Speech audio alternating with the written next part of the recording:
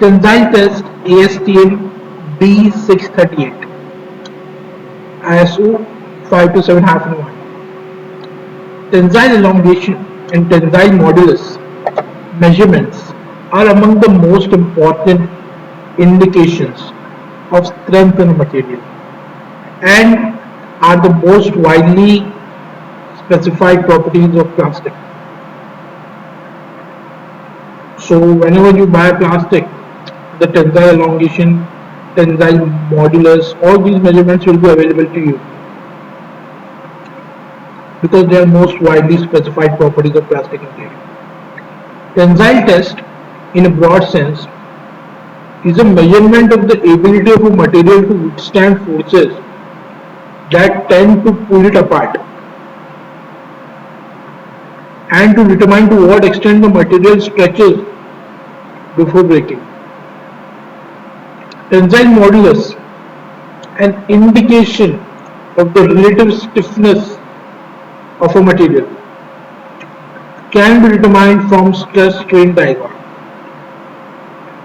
Different types of plastic materials are often compared on the basis of tensile strength, elongation, tensile modulus data. Many plastics are very sensitive to the rate of straining and environmental conditions. Therefore, the data obtained by this method cannot be considered valid for application involving loading time scales or environments widely different from this method, because test is carried out in the laboratory, but the actual usage of the plastic is in the industry where there is weather effects, rust, and climate change. Everything is there. The tensile property data are more useful in preferential selection of a particular type of plastic from a large group of plastic material, and such data are of limited use in actual design of the product.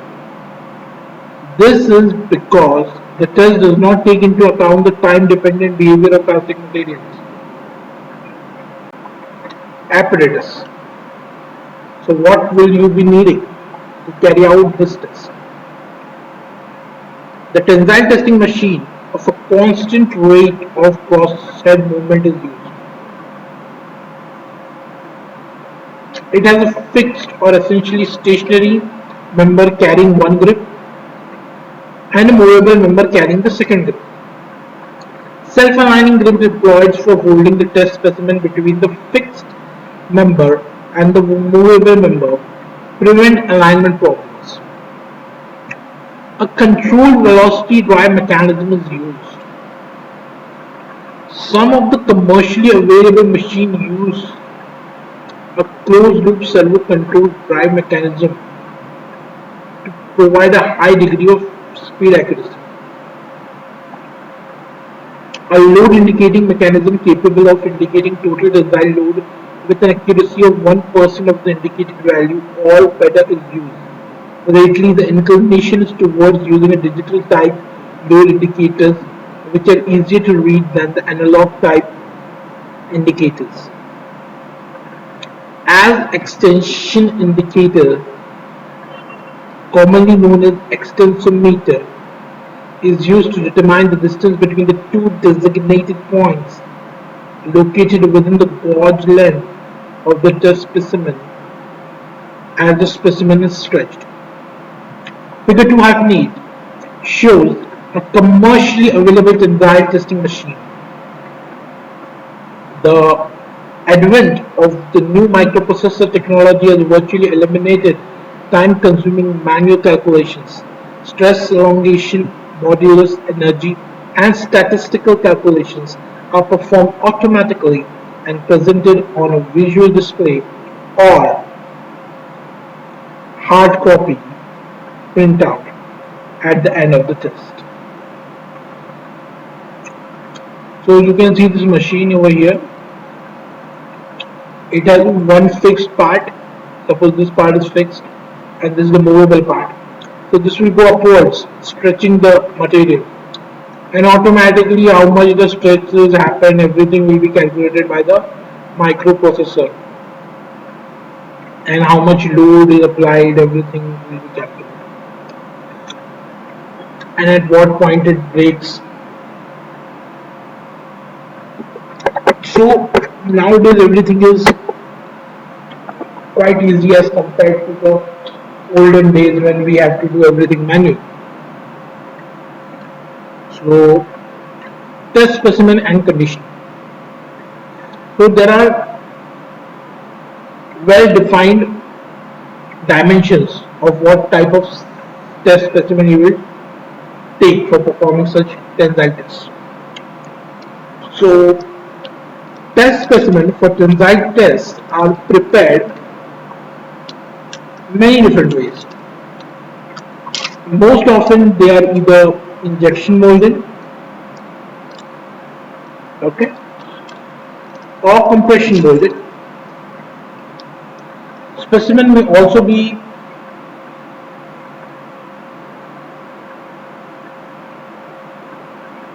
prepared by machining operations from materials in sheet, plate, slab, or similar form. So in our lab we have a sample cutter. So once we get the polymeric sheet, we cut that sheet in a particular dimension by that sample cutter and we get the test specimen.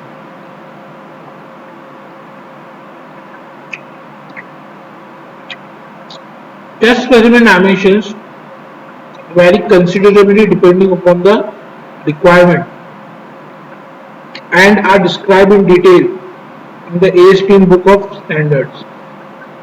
Figure 2.9 shows ASTM D638 type 1 tensile test specimen commonly used for testing rigid and semi-rigid plastic. This is the most common. So 3/4 of the inch is its breadth, 6.5 inch is its length, thickness is 1/8 of the inch, and half inch is its narrow breadth. So it is a dumbbell shaped thing. Okay.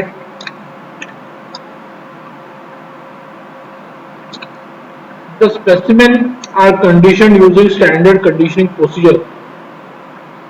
Since tensile properties of some plastic change rapidly with small change in temperature, it is recommended that the test be conducted in a standard laboratory atmosphere at room temperature 23 to 25 degrees Celsius and 50 to 55% relative humidity.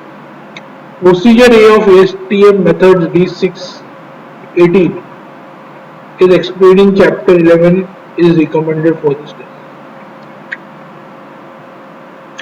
Test procedure. Tensile strength. The speed of testing is the relative rate of motion of the grips or test fixtures during the test. There are basically 5 different testing speeds specified in the ASTM D638 standard. The most frequently employed speed of testing is 0.2 inch per minute. Means the movable piston will move 0.2 inch per minute upwards, stretching the sample.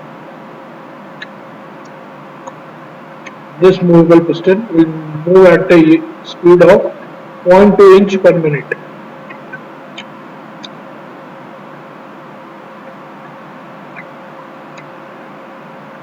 Whenever possible, the speed indicated by the specification of a material being tested should be used. If the test speed is not given, appropriate speed that causes rupture between 30 seconds and 5 minutes should be chosen. The test specimen is positioned vertically in the grips of the testing machine. The grips are tightened evenly and firmly to prevent any slippage. Because if you don't tight the grips, what will happen? There will be slippage and you will get wrong readings. Many students make this mistake while conducting the experiment. So you have to type them evenly and firmly. The speed of the testing is set at the proper rate and the machine is started. As the specimen elongates, the resistance of the specimen increases and is detected by a load cell. The load value force is recorded by the instrument.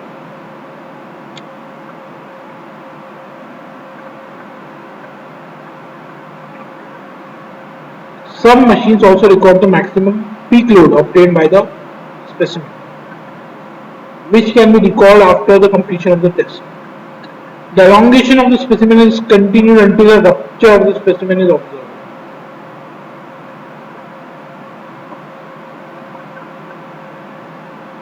Load value at break is also recorded. The tensile strength at yield and at break are calculated.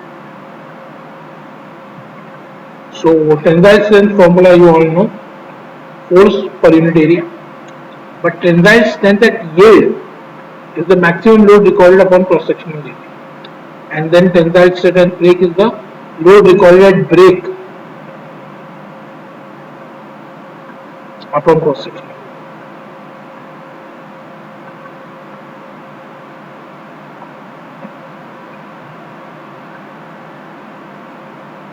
Tensile modulus and elongation.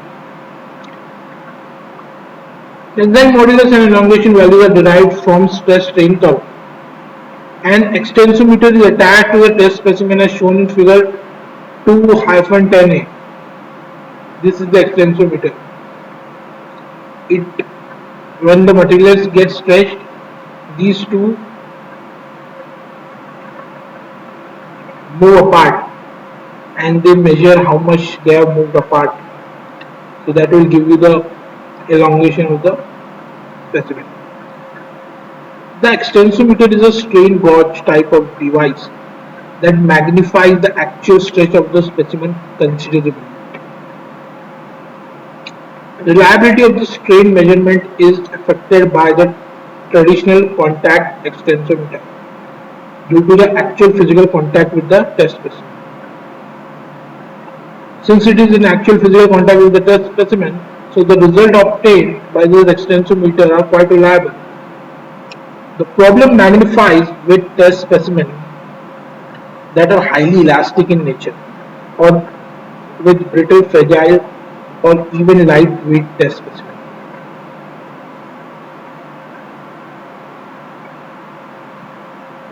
Contact extensometers also limit the ability to measure properties over large strain ranges up to a breakpoint and testing specimens at elevated temperatures within a confined chamber.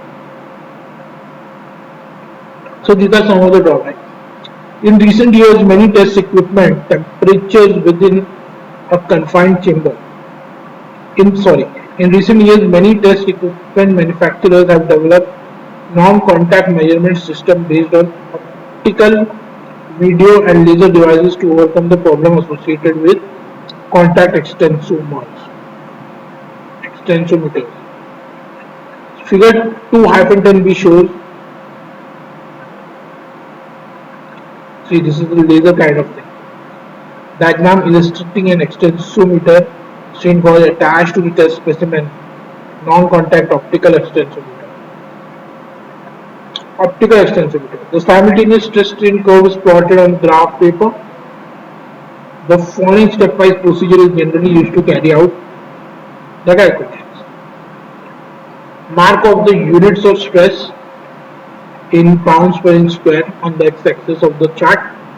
This is done by dividing the force by the cross-sectional area of the specimen. Mark of the units of strain in inch per inch on the y-axis. These values are obtained by dividing the chart value by the magnification selected. Carefully draw a tangent KL to the initial straight line portion of the stress strain curve. So this tangent KL, initial straight line portion को tangent बनानी है. Select two convenient points on the tangent. Points P and L are selected in this case. P and L.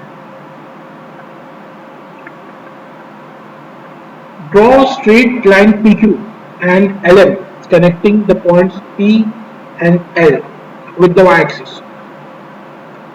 So PQ and PL. LM, sorry, PQ and LM.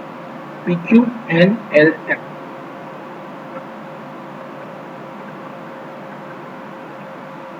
Connecting points P and L with y-axis of the chart.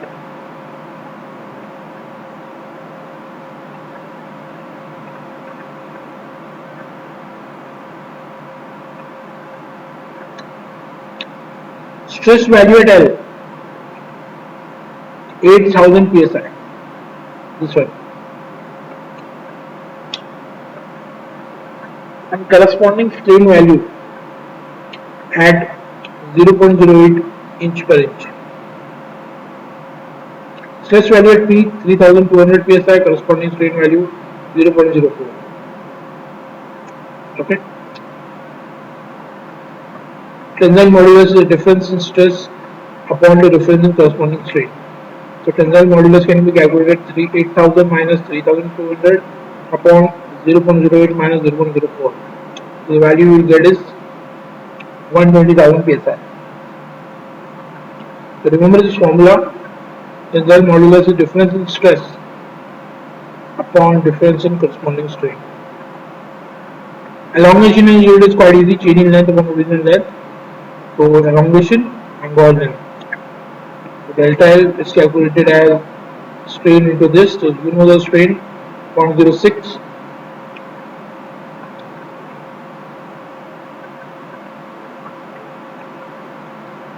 into 2 percentage elongation at yield 12%. Elongation at break 0.06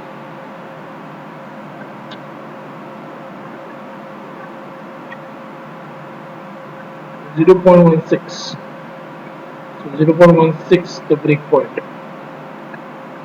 And elongation we are taking this point 0.06. Elongation at yield.